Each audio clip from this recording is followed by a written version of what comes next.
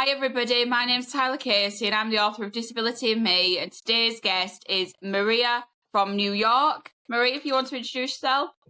Sure. My name is Maria. I'm from New York City. I've lived in New York my whole life. I recently started a support group for young people with hearing loss called Here for You. I was diagnosed with hearing loss about a year and a half ago.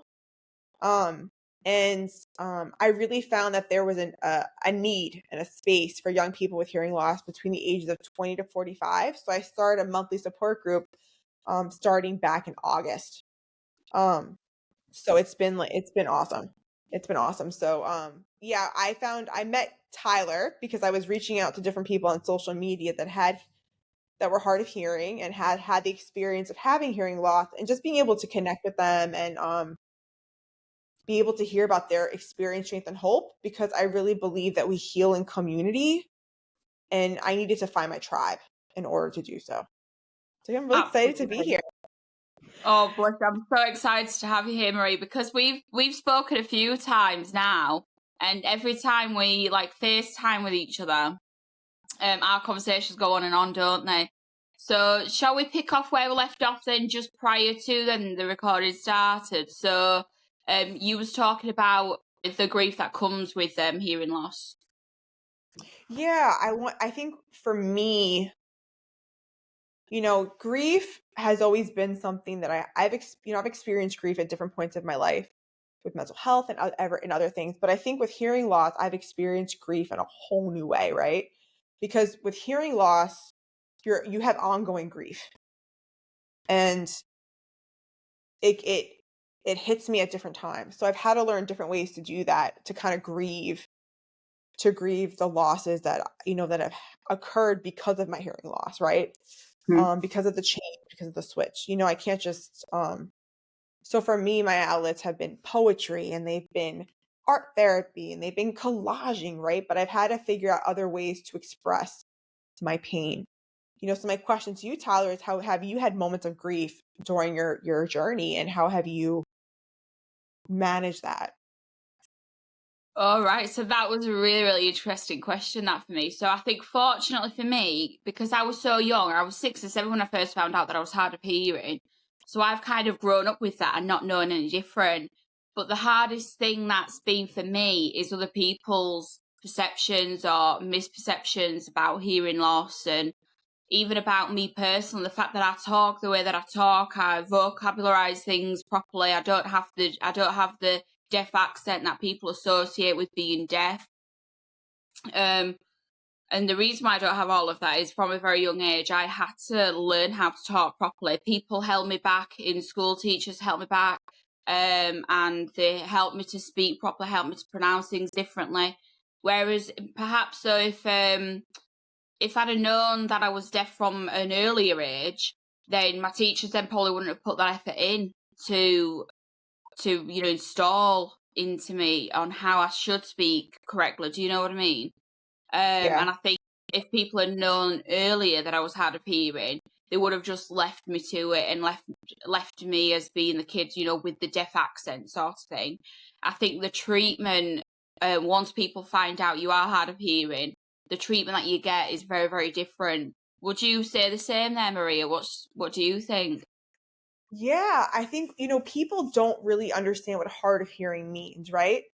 I'm not deaf. I'm not in the hearing world. I'm in this space of in between, right? Yeah. And so, my family was like, "Oh, you have hearing aids. You can your hearing's restored." And I'm like, "No." I had to have that conversation today with them.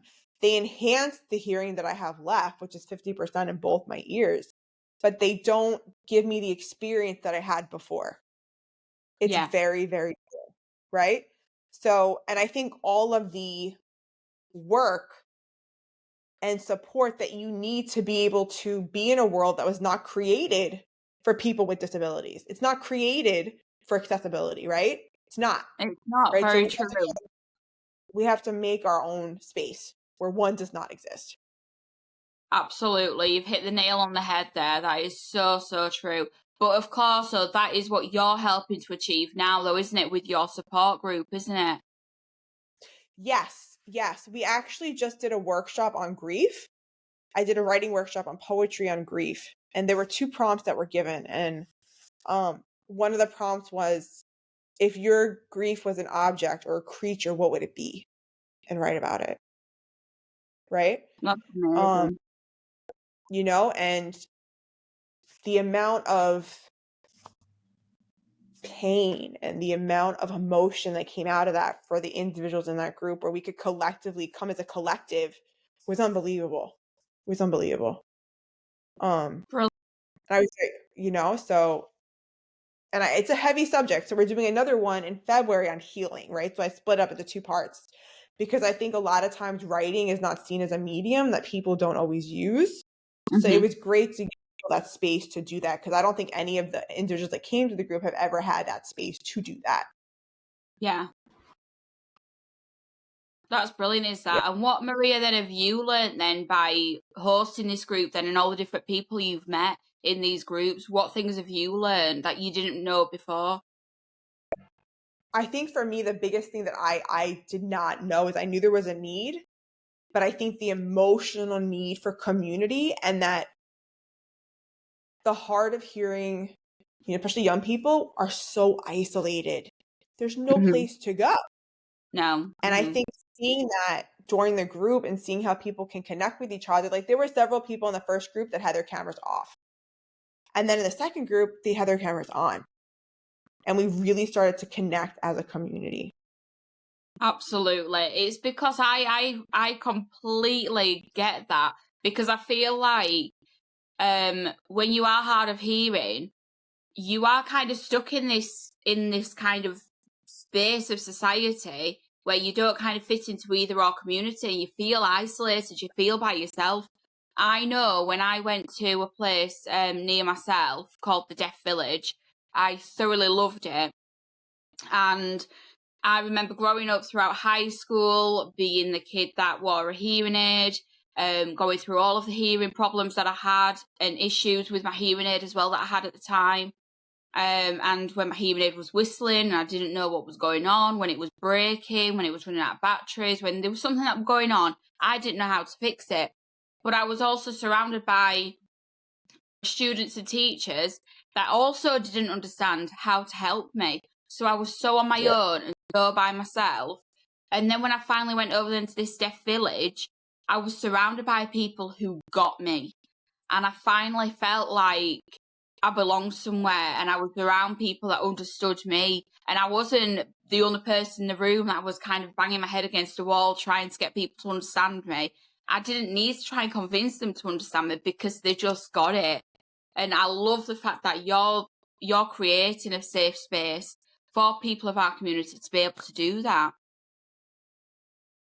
Yeah, I think the other thing is I think there's an intersection of mental health and hearing loss, right? Especially there's a big intersection that I don't think we talk about, right? And I think also just a lot of people, like when I got diagnosed with hearing loss, there's no book. There's no guide. It's kind of like and it's interesting that you said that, you also had your own experience of figuring things out, because I think other people have had that experience as well. It's like, it's a very well, this is just like what you're going to, you're going to have to just kind of figure this out on your own. I don't want people to have to do that, because you should never be alone. A commitment that I make to people in the support group that come to Here For You are, you don't ever have to be alone again.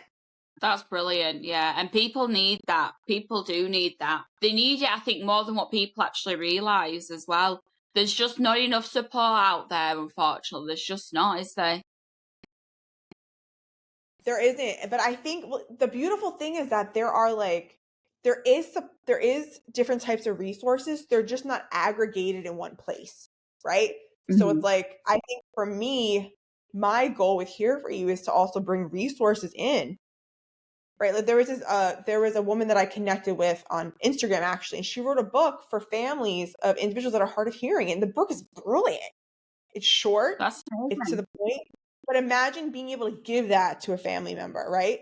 But again, I think there are other people in the hard of hearing space doing amazing things. We're just not all in a collective, if that makes sense. Yeah. And Yeah.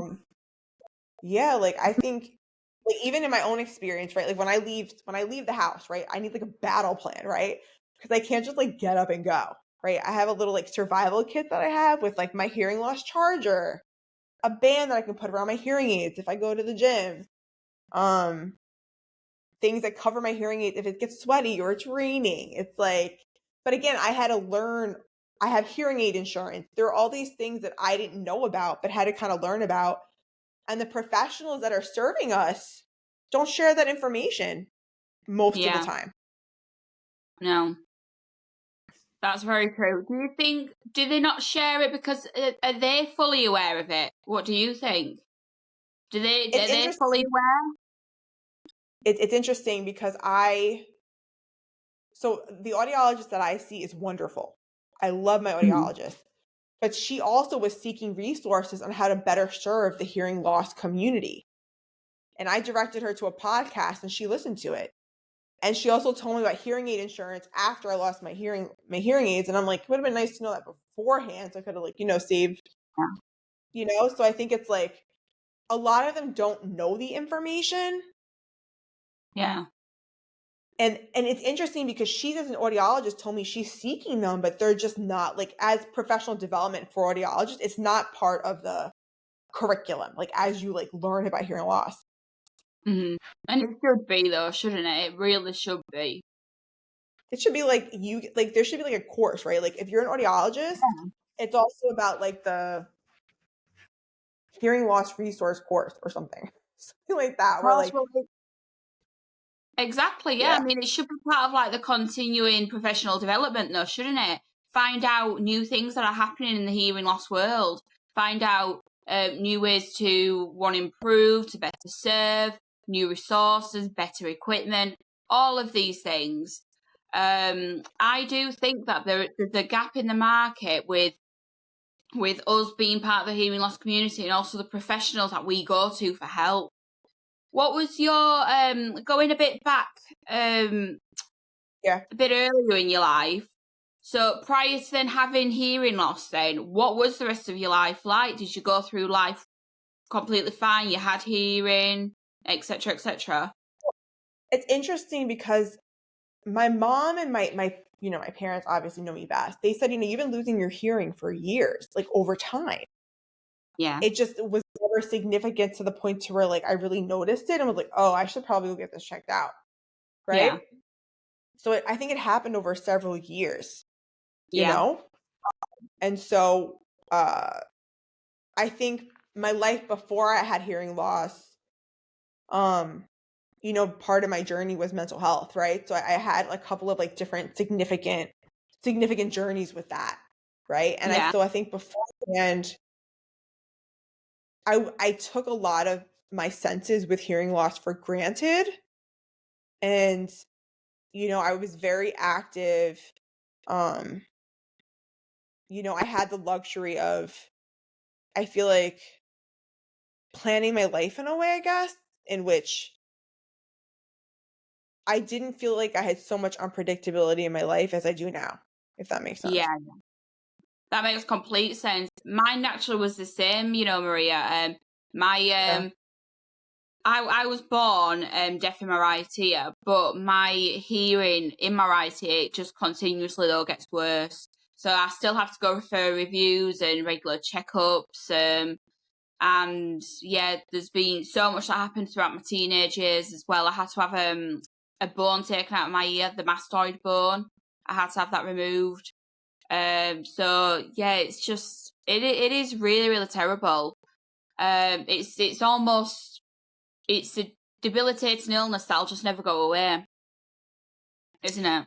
Yes. That's like you just like hit the nail on the head. I feel like it's like this the first year I had hearing loss, I was in denial. And I was going to a hearing loss support group that I had found, and the facilitator said, you're in denial. I was like I didn't put two and two together, and then because I think I was avoiding my emotions. I was not letting Yeah, myself feel what I needed to feel because I was afraid of how big it was going to be. yeah. Why? How You did you know? feel then at the time? Then so you went from thinking you had hearing then to find out then you didn't. Yeah. I mean, please tell me how that must have made you feel. Yeah, it was I was very angry. I was sad because I felt like, with mental health, I'd already had overcome these huge tribulations, right? Yeah. And I always felt like my purpose was to serve and support and resource individuals with disabilities. Always. It's always been like my purpose, right? And it started with mental health. I was a mental health activist. I still am. And then getting hearing loss, it just like put a twist on it. And I was afraid I wasn't going to be able to fulfill my purpose because I knew what it was, And it has taught me how to really advocate because like I had to get accommodations at work. I had to have a conversation with my boss and say, hey, I like, this is my like max of what I can do versus what I used to do, right? Before I had hearing loss, I felt like I knew who I was as a person. And hearing loss coming into my life was something that I questioned myself. I'm like, can I handle this? Can I do this?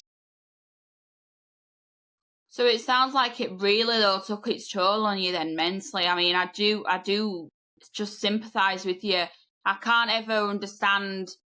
I can never ever put myself into your shoes because, like I said, I found out from such a young age. So it's kind of I grew up and that I kind of grew up and that's kind of all I knew. But I feel honestly so sorry for anybody who's gone all their life thinking they are one thing and then bang, one day your life's changed. Do you know what I mean? And it's out of your control. Is that how you then felt? Yeah, to put the nail on the head, it was interesting because I was looking for people to connect with. And one of my friends is like, you should like go to Google and type in like hearing loss podcast, right? And so I connected with a individual from Hearing Loss Live. Her name is Shao. And she started to mentor me, right? And the biggest thing that I realized that was so hard for me, that still is I long to connect with people, right? And the way I have always, and it's been, and hearing is so essential to communication, right? So I felt like I still am. I get scared. I'm like, am I losing my ability to connect? Because as someone with mental health, I always felt like an outcast. I never felt like I belonged anywhere. And so I was like, I always felt like growing up, there was glass between me and my family. And then like as I got sober, as I, started to work on myself, that glass shattered. And I felt like once I got hearing loss, there was a brick wall again against me and everyone that I loved. And that I couldn't get through. Or I didn't know how to get through. Yeah. Would you feel comfortable to discuss any of the past of your mental health prior to being hard of hearing? Sure. So I was diagnosed with ADHD at the age of 12. I was bullied in school for it. I've been seeing like therapists and psychiatrists probably since I was like 11. I got diagnosed with borderline personality disorder at the age of 18. And then at the age of 34, I got diagnosed with OCD. But I think around, I want to say, I'm 38 now. At the age of 28, I went into AA and I got sober. And that really helped to catalyst my transformation and my change. And sobriety has been the biggest gift that I have been given because it really changed. Going through the 12 steps in recovery really changed me as a person. And I think the reason support groups are so powerful is because you get to see one of these AAs taught me is that you get to see the perspective of other people and hear about other people's pain. And you feel like you can connect.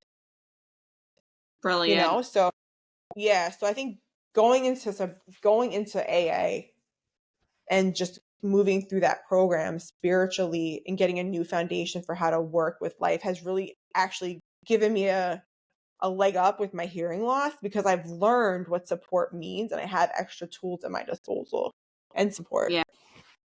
That's brilliant, is that?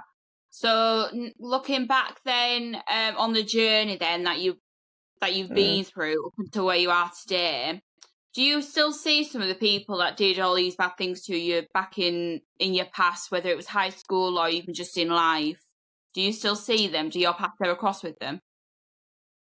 No, they don't. I sometimes have like, I have my own, I also have trauma, right? I think we all have trauma. Um, Yeah. and I don't. No. We're just like we've never crossed paths. I do, sometimes I have flashbacks of bullying or flashbacks of trauma, trauma triggers sometimes. And it crosses my mind, but I don't dwell on it. I kind of just like let it pass through and then move from there. Good for you. Good for you. You know, Maria, I'm really happy that you brought that up because I think people massively underestimate the effects that bullying has throughout the rest of your life. It changes your perception on things. It causes you anxiety for things that it causes you a lot of triggers as well, doesn't it? In the book that I wrote, I did talk a lot about my experience with bullying at high school, and it's funny because when I was writing the book, and I never realised this until I was writing it, but even being in the workplace and facing workplace discrimination, there were a lot of things during that time that took me back to being at high school and made me feel the same way that I did when I was at high school, which is crazy because in high school you're with little shits of kids that they don't know themselves and they're picking on you just because some kids do that. But then in the workplace, you don't expect to ever feel the same way that you did when you were in high school because you're with adults now. You're with adults who also have children, so why would they want to treat you that way? It it blew my mind actually when I was writing my book and reliving all these experiences that I'd been through in school, work, and life, and realizing the situations and how I felt the same way in situations that I shouldn't have felt the same way in. Do you know what I mean? I should not have felt the Yeah. same way in the workplace that I did when I was in high school because I'm working with completely different people. But it goes to Yeah. show just how much, again, how much bullying can stick to you and the impact that it has. It really, it can change your whole life. It can, Oh, completely. through and I through. got bullied in the workplace. I got bullied in school. Like I asked for accommodations at work and got bullied by my coworkers. And I think, even now if I go to meet a new group of people, I'm like, in junior high, I was like, oh, am I worthy to go sit at the cool table, right? Am I worthy enough? Like there was like a sense of like unworthiness and shame. Yeah. Like I feel like with mental health and even with hearing lots of times, I wake up with shame is such a big emotion. And it's something that I feel like I wrestle with constantly. Sometimes I just wake up with shame. Like it's not like choice. You know what I mean? And I have to kind of let it pass through. But it brings a lot of shame and a lot of like sense of like, I'm not good enough. I'm unworthy. It does bring that. Absolutely, it does bring that without a doubt. And that's awful. It pauses you, doesn't it, though? Every time you're wanting to go and achieve a new thing, to go and, whether in the workplace, if you ever want to go and apply for a promotion, because of that subconscious thing of your past experience, that stops you in your tracks. It makes you feel like you're not good enough and that you can't do that. And that's what makes me so angry. And sometimes this is why I think that you can be bullied. Well, it's a fact. You can be bullied at all ages. And I think that bullying does happen when somebody else sees something in you that you don't even believe or you don't even realize you've got in yourself. Mm-hmm. And so that's why people bully, though, because they want to stop you in your tracks and you don't either do better than them, you don't take something what they want. And people do it just to pause you in your tracks. That's what I think personally, anyway.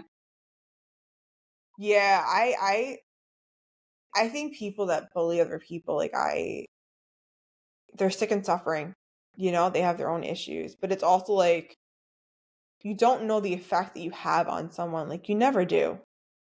But No. I think with like I know I'm in therapy, with like trauma triggers and stuff. Like I think yesterday when I was at this I forgot where I was.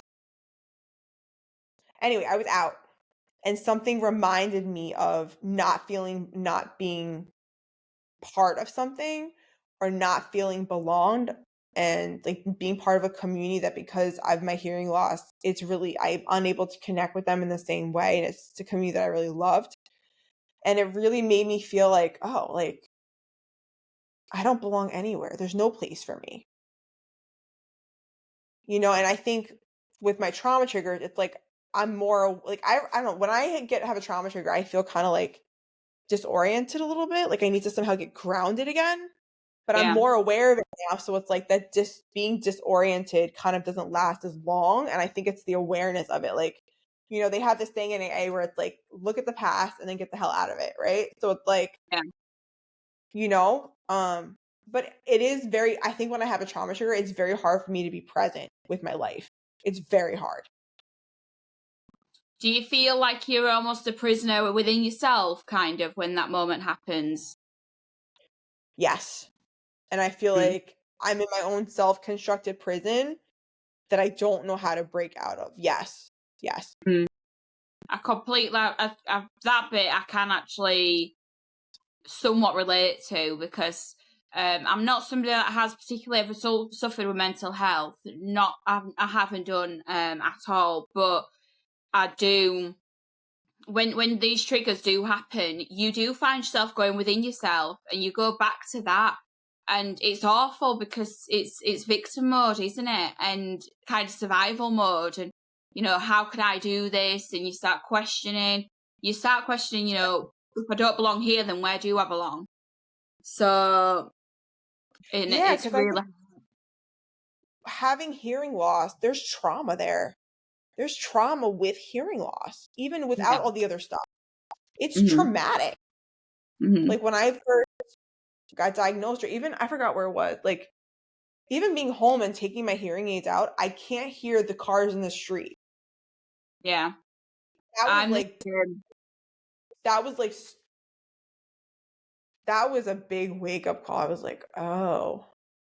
And so like getting used to not hearing sounds that I'm used to hearing, like I Hmm. value sound so much now, like the shower going, the blow dryer, the hearing my own voice, walking with my feet, hearing my steps. Like those are things that I think like, and feeling loss of connection, because all we want to do is connect with people. That we're made to connect. We're made to be interdependent. Of course, yeah. So, um, I actually had someone that came to my house that was from a hearing support, I think a hearing support officer, and she gave me something that when I'm at work or if I'm having a one-on-one conversation but in a busy place, basically I could put something on the table and I could hear it louder. And I did think to myself, it was only like a little device. It looked like one of them old phones, them old Nokia Yeah, phones. yeah, yeah. It looked like that. And I thought, I don't know what that's going to do. Anyway, when she did leave, I thought, I was laid on my sofa and my TV was on. And I thought, right, I'm going to just try it out, see if I can hear the TV any louder. So I put it on and I put the things in my ears, the earbuds in my ears, and I could hear. I had my window open, and I could hear the main road outside my house. And I've never ever heard that before. I could hear the wind in the trees. I've never heard wind in trees before. I didn't realise stuff like that even made a sound. So I was so shocked by how this little device magnified all Mhm. the rest of the sound around me. It was just crazy. And honestly, I loved that. Honestly, I was so excited. I was just calling up everybody and telling everybody about things that I'd heard, but they hear it all the time. But I never had done. So I think that's I suppose a bit of a Yeah. positive really on my side, because I didn't know that I was missing out on that sound. Whereas this is why anybody who has known their life be as it is all their life and then lose something, it's people like that I do feel more sorry for, because I don't know how I'd cope if I woke up one day being fully deaf, or if I woke up one day being blind. I'd mean, how do you cope in a situation like that? It's so unexpected and shocking. You know what I mean? Yeah, It's I think the little shocks are like my little it's parts of grief. Yeah, yeah, definitely. Ooh, yeah. I mean, I'm still like, everything that I go into is an experiment, basically. Everything's an experiment yeah, for me.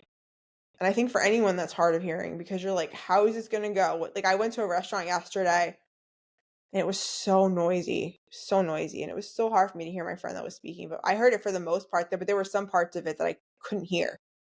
Yeah. And you just feel so, I'm like, oh, okay, I guess I'm not going to be hearing, I'm not going to be able to, like, I have to kind of accept, okay, I'm not going to hear everything, but I'll hear enough. And being okay with that is like, it's not easy, No. because then you're not part of, like, it's like, how do I still feel like I can participate in society? How do I feel like I can participate in life? Like, I'm trying to figure out what participation means now. Well, I actually think personally, I mean, I don't know how other people would feel about me saying this comment, but I feel like you're the one, though, with a disability, and you can't help it. You've not caused this to yourself. You've not brought this on yourself. And so I feel like you need to surround yourself with better people that understand you. Luckily, all of my friends, when we go to a restaurant or when we go to a cafe, and all I hear are plates and cups clattering around, and I can hear all this busy noise, and I'm trying to have a conversation. It's really, really frustrating because I'm the one that's like halfway across the table with my ear in someone's mouth saying, Exactly. can you speak up? Can you say that again? Pardon, I can't hear you. But luckily, though, all my friends, they are that supportive that they don't mind. But if they did mind, I wouldn't I wouldn't give them time of day, because that's more hard work that for me. It's Yep. me that can't frigging hear. You know what I mean? Just have a bit of patience. Yeah. No, it's interesting because the friends that I hung out with yesterday, the first time I hung out with them was when we're good friends, but like when I first got diagnosed with hearing loss, I didn't say anything after we had left the restaurant. But I told them after we left the restaurant. And then yesterday, I told them again, my friend's like, let me know if you need me to slow down. Let me know, like, whatever you need, right? And she was great. Like, it felt so good to be validated and to be Yes. like, and they're not hard of hearing. A lot of my friends are not hard of hearing, but they're very supportive and they're open to learning and they're willing. We went to another restaurant after the other one and they were like, is this okay for you? It was a little bit noisy, but I could hear them because it was a smaller space. And so the sound was like bouncing off the wall. Yeah. But I think it's like, yeah, I agree with you completely. I think it's like, because it's communication is a two-way street, right? Where it's It is. like, Yeah. it's a two-way street. And so like, I think at times I'm afraid to speak up for myself, to say, "Hey, I'm hard of hearing," or to say like, "I need this." Like I went to where did I go? Like even just being asking the restaurant, "Please turn the music down." But like when I went to a show yesterday, they put me like next to the speaker and I was like, "Oh no." So I went back to the theater manager and I said, "I'm hard of hearing. Can you please put me in a place that's not next to the speaker?" And they did. They moved me, which is fine. But even just having the courage to have that conversation, to put yourself out there, it's really hard. And the thing is, like with people with hearing loss, you have to continually advocate for yourself. Like it doesn't end. It's like you are a lawyer for yourself 120% of the time. Absolutely, Maria. I love the fact you've said that, because that's how I feel all the time. Before, though, I Yeah. carry on with what I was going to say, though, I do want to go back. I Yeah, think sorry. it's so important for anybody with any disability to have the courage, though, to defend themselves, because obviously the podcast I'm doing is called Educating Society, and in order to educate society, we have to have the courage to say, this is my disability and I need you to help me or assist me by doing this. And if they can't accommodate you for whatever reason, and as long as it is a valid reason, then they just, as long as they try their best, then it doesn't really matter. But when they then start being disrespectful, well, that's then the problem. That's then the problem. I know what you said about your friends saying, I didn't feel like I needed to. They validated me already. They helped me, supported me. It's funny because I'm hard of hearing and I don't wear my hearing aid all the time, because sometimes I just choose not to wear it. So sometimes I'm louder than the others, and sometimes I talk normally, whatever people call that. And whenever I say to somebody, can you just repeat what you said then? Or sometimes I might actually hear what somebody said. And people always challenge that. And people say to me, how come you heard that? How come you heard that? And how come you can't hear this? How come this? How come that? And Yeah, we like to that's challenge cool. that. Yeah, yeah. Like I'm actually think that's funny because I had this conversation about someone with hearing loss, but like frequency. Because I Yeah. think also like, just to talk about like educating people, I think like so for myself in the workplace, I'm going back to work, right? And I'm in an Uh-huh. open floor space. And I asked for accommodations at work. I said, can I have a captions? Can I have, captions when I'm on the phone? Can I have a weekly meeting with my boss? I'm going back to the workplace. It's hard for me to work in an open space because my hearing aids will pick up everything, right? So I Yeah. need a space included, right? But I had the courage to have that conversation because I had found like someone that is a hearing loss inclusion specialist for work. And so she taught me how to advocate for myself and ask for what I need in the workplace. Yeah. And at first I was like, oh, what are they going to say? I shouldn't ask for this. And I'm like, no, like I need this for me to be productive and efficient at work. So I'm going to ask for it. Right. Mm-hmm. Did they support you? Have they given you them? Every accommodation that I've asked for, they've given to me. That's amazing. Good. So they should do. So they should. Yeah. Absolutely. What are the rights in America then for people with disabilities? Like, are you supported in the workplace, or is it literally at employer's discretion? So no, I would say that we have the American with Disabilities Act, the ADA. And so Right. companies are required to provide reasonable accommodations for people in the workplace, right? If it's going to help me enhance me to do my job, right? And Uh-huh. so I've had experiences with other workplaces that, I asked for an accommodation and I had to prove why I needed it, which was probably something that they never should have done. But at the time, I wasn't educated on the ADA, Yeah. Mhm. and I was bullied by my coworkers for it. Why are you special? Why do you get this? Why do you get that? And I had to Yeah. so I had to like defend myself for what I needed. And I was like, now if I had to do it over, it would have been a totally different situation. But being in Absolutely. an office with people that are constantly bullying you in a small space you just share an office with is like, it's unbearable. It is unbearable. It's especially unbearable though where you go to work though because you have to work. And you don't go to work to put up with grief, do you? That's not the whole point in going to work. My experience with workplace was exactly like that as well, Maria. Where Mm. in the UK we have a disability act like how you've described the America's one, and we also have something called access to work, which I wasn't familiar with at the time. My employers had employed me, and it was with the agreement that they would put me through my studies because I was trained to be an accountant. Fast forward a year, they then told me then that they wasn't going to put me through my studies. And then they then said to me that they wanted to send me to access to work to see if I was fit to work. That is what my manager told me over the phone. Yes, that is what my manager told me over the phone. And I remember I was already so upset because I'd worked there, I'd worked at the company for a year. And as part of the contract and as part of my interview and the agreement that we'd made, they did say that they were going to put me through my studies. After a year, they then said to me that they weren't going to do that. And then they then wanted to see if I was then fit to work. I was livid. I was heartbroken. I was so emotional. And I remember I did just lose it down the phone. I was emotional. I was irate. I was a mess. I was genuinely a mess. And not once, HR was on the phone as well. And not once did HR stop the phone call or say, maybe we need to break it off now. Maybe Tyler needs to calm down. They were just goading me. And I had to go through this long, strenuous process of going through all these assessments. And it were awful. That was 6 weeks of my life that I had to go through all this grief. And in the end, there was nothing that they could do. Well, in the end, of course, I didn't lose my job. I still kept on working there.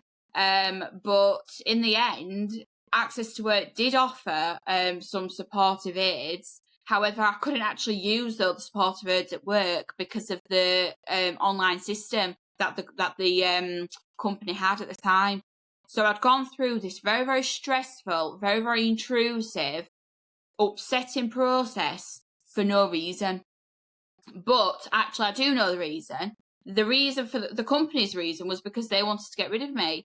And they thought that that was the way to get rid of me. But actually, one thing what I learned since all of this process, access to work, they wouldn't have never have got rid of me. They're actually out there, though, to support people in the workplace with disabilities.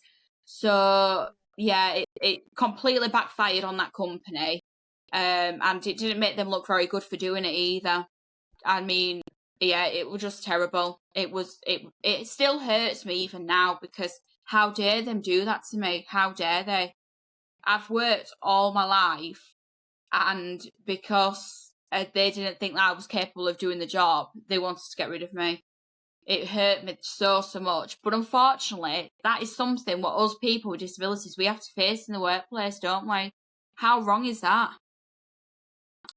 Yeah, it's like you feel like an extra burden to prove that you can be efficient, an extra burden to prove that you can do your job, an extra burden to to It is breathe. a burden. Absolutely, it is. It's a massive burden. And the thing is, though, what annoys me as well is every human being in the world makes mistakes. And so when somebody with a disability makes a mistake, whether that's because you're neurodivergent or you might, have hearing loss or whatever, whenever you make a mistake, it's always highlighted. And people always then think, it's kind of like that grey area then. People then think you can't do something because you've made a mistake in that area. Whereas if somebody without a disability made that mistake, it would be laughed off and it would be joked about.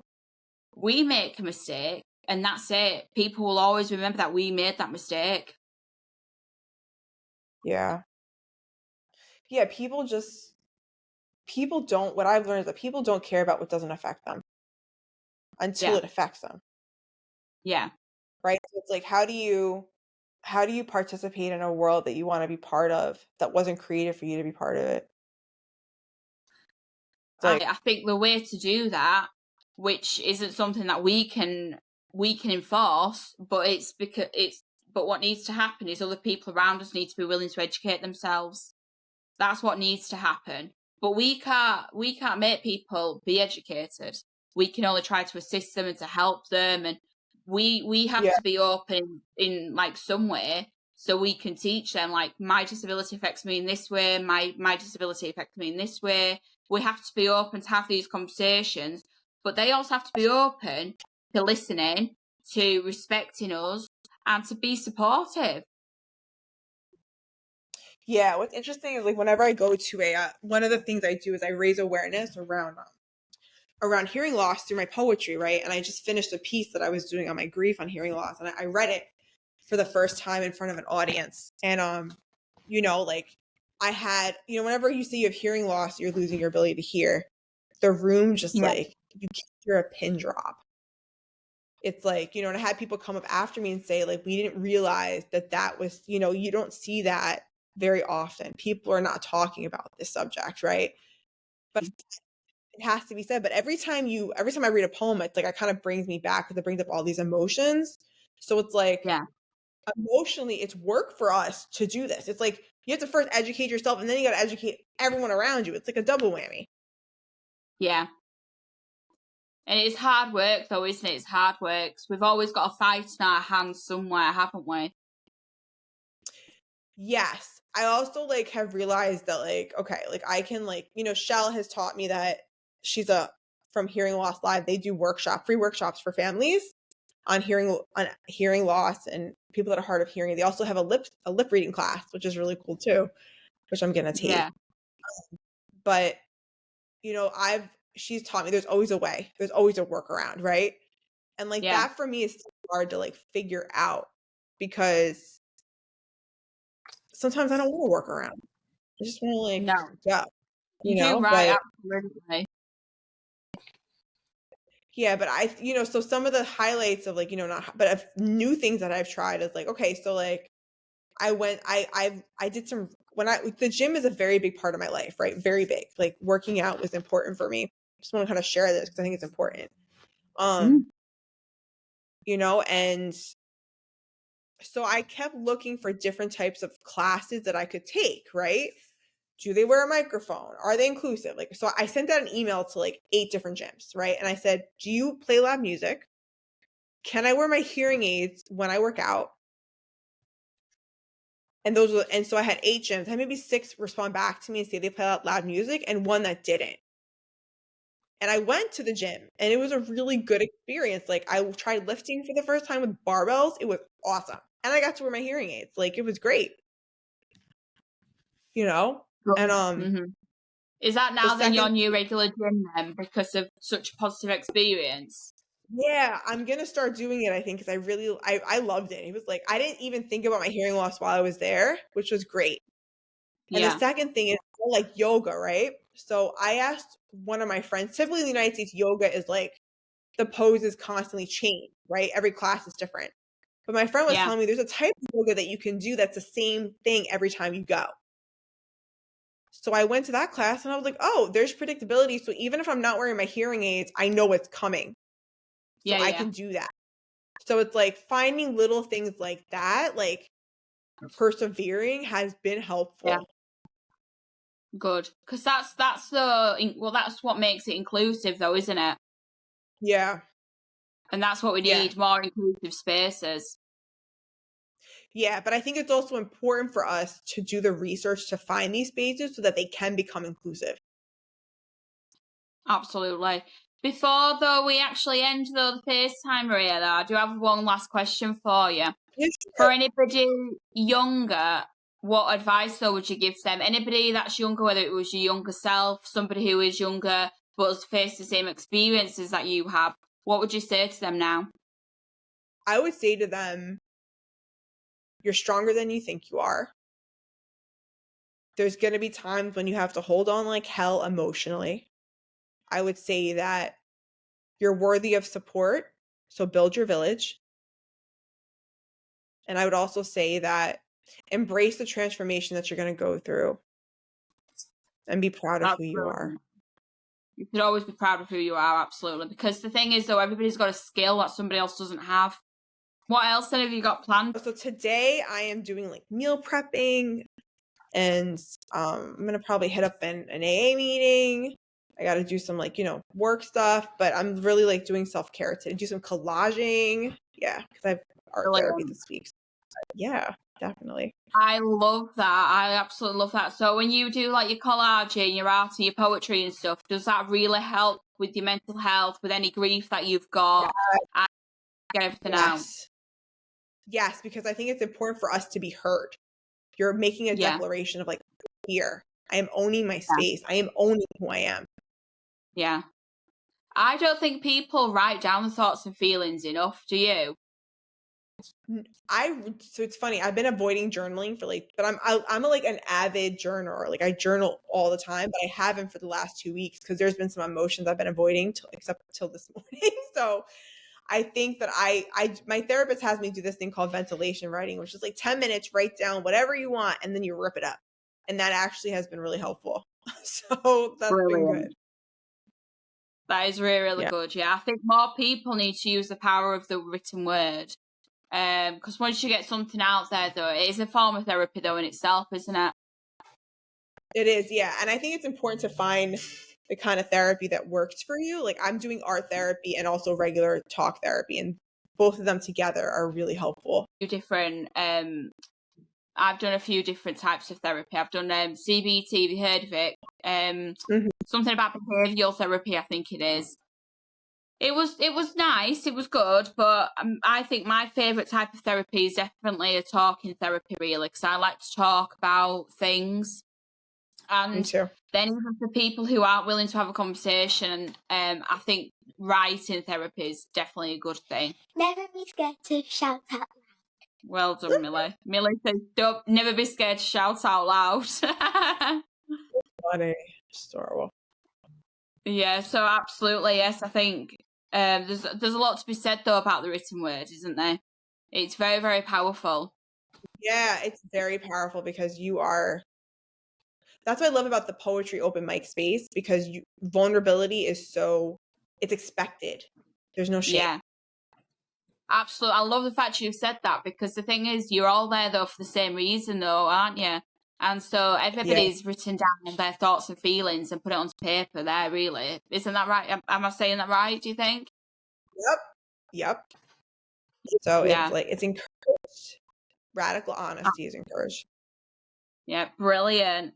Well, thank you so much, Maria, though, for your time today. It's been so lovely, though, having a chat with you. I've really enjoyed it. It was a privilege. No, not a problem at all. And we'll definitely keep in touch. And any other ones that you do online, please let me know, and I'll love to jump on. I definitely will. Thank you. Yeah, please do. Well, thank you so much, and have a lovely day, Maria. You too. Bye. Thanks so much. Bye.